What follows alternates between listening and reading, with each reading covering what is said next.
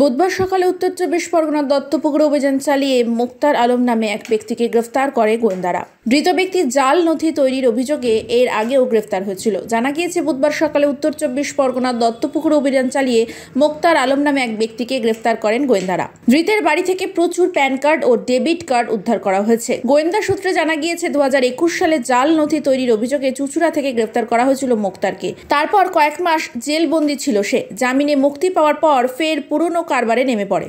জানি না, হঠাৎ আসলো, পুলিশ আসলো, আমরা কিছু কেসের ব্যাপারে আমরা কিছু জানি না। ছিলাম।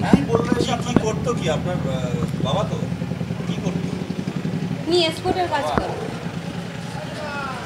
উনি কি কাজ করতো?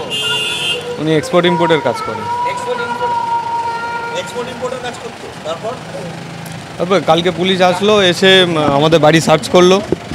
সার্চ করে বাবার আধার কার্ড, প্যান কার্ড এগুলো সিজ করলো। সিজ করে নিয়ে বাবাকে নিয়ে গেল। আমাদের ব্যাংকের অ্যাকাউন্ট, বাবার ব্যাংকের অ্যাকাউন্টগুলো সিজ করলো। সিজ করে নিয়ে চলে গেল। আমাদের কিছু বলেনি।